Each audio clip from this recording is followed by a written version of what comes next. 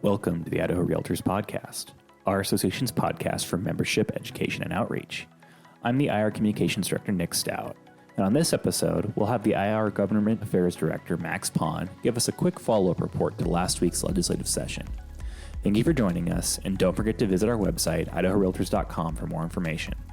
Also, if you haven't done so already, remember to follow us on Facebook, Instagram, LinkedIn, and YouTube.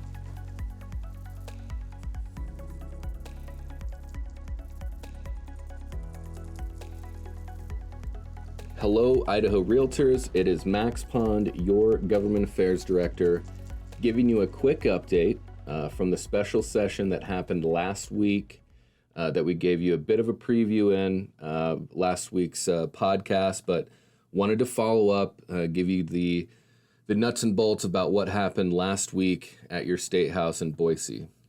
After a full day of committee hearings, debate, and votes, the special session came to an end on the very same day that it started, which was again September 1st, 2022. After the debates, after the votes were cast, the Idaho legislature did pass House Bill 1, which we outlined late last week, which we'll be recapping again this week. The Idaho House passed HB 1 55-15. The Idaho Senate passed it 34-1. Pretty overwhelming support for this legislative proposal. Again, brought to you by Governor Little and many co-sponsors at the legislative level on both sides of the aisle. Now, this legislation did a number of things, but we'll just outline a few of the main points here. Number one, it gets rid of all tax brackets, income tax brackets, and goes with what's called a flat income tax. Now, this is 5.8% flat income tax for all individuals and businesses here in Idaho. Number two, the legislation authorizes up to $500 million in tax rebates that will go out to taxpayers by the end of this year at the latest. But what I'm hearing from the governor is that it will probably go out, at least some of these payments, these rebates will go out this month in September. These rebates, for the most part, will be $300 for individuals and about $600 for families. Number three, the legislation also authorizes additional annual distributions from a sales tax revenue distribution formula that will go out to public schools, that's K through 12,